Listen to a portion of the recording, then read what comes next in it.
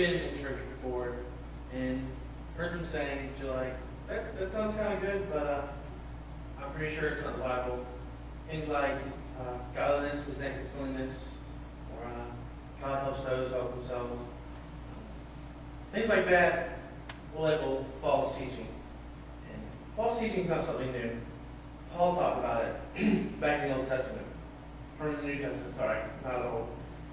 And you read about it in this letter he had to Timothy. He wanted to explain to Timothy about false teachings that were going to be within the church. Even during that time, there were still things like what I mentioned that weren't biblical, that weren't from God. Paul was really big on making sure the correct things were taught in church. I really like Paul. He was an amazing guy. His writings, they cover such a majority of stuff we need to know as Christians.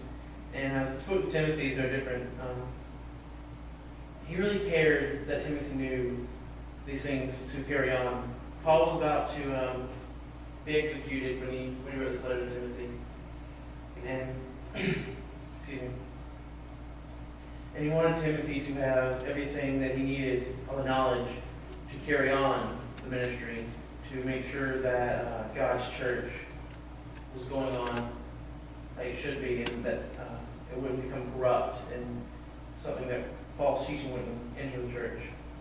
And so Paul wrote this first letter, and it's going to be, we're going to look in the 1 Timothy, verse 4, 1 through 8.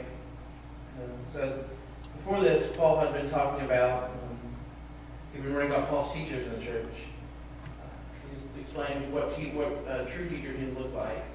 And then, so in chapter 4 is where we'll see where Paul starts writing about what would happen because of false teaching. So turn there, we'll read 1 Timothy chapter 4, verse 1 through 8.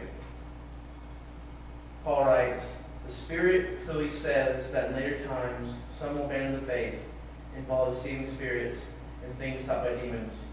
Such things have come through, try this again.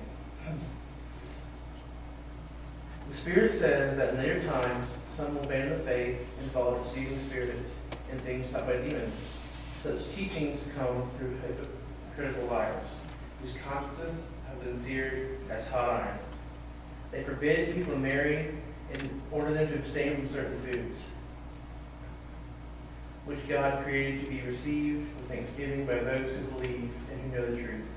Everything God created is good, and nothing is to be rejected if it is received with thanksgiving, because it is consecrated by the word of God and prayer.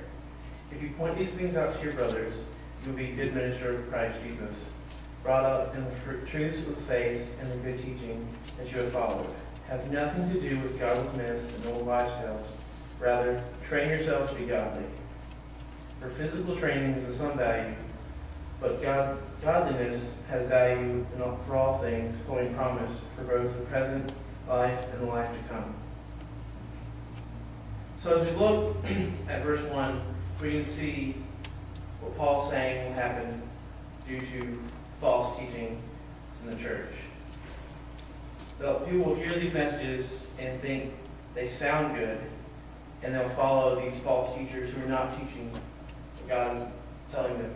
They're replacing on these extra rules. Like Paul said, he used the example, they'll forbid people to marry, forbid them to eat certain foods. So people will be leaving the true faith that God has told us to subscribe to, these false teachings that really have no value. And the worst thing he's saying is these false teachers won't even follow the rules they're telling you to follow.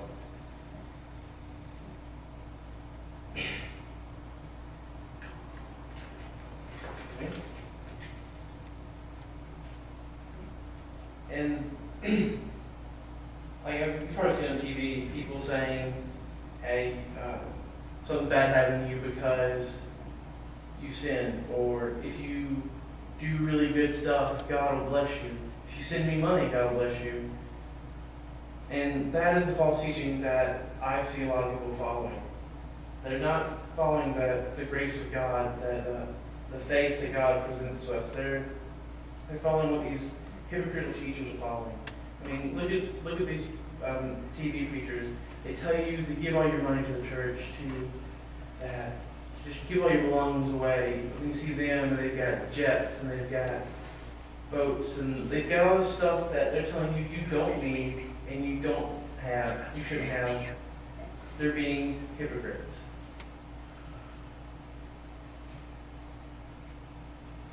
Why would we follow hypocrites? It doesn't make sense. We don't need to be like these teachers.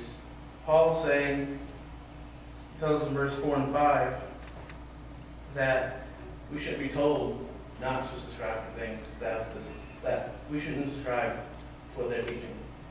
Because God has created everything, and everything is good, according to Paul, as long as we accept it with thanksgiving and prayer. We need to listen to what we know to be true. We ourselves need to be good ministers. We don't need to be like hypocrites, putting extra rules on people. We need to follow verse 6. If you point these things out to the brothers, you be a good minister of Christ Jesus, brought up in the truths of faith, and the good teaching that you have followed. Have nothing to do with godlessness and old lifestyles. Rather, train yourselves to be godly. We need to be out there giving the true message of Jesus. We don't need to kind of follow these false teachings of God helps those who help themselves. Sometimes what God has asked us to do is beyond ourselves. We have to rely on Him.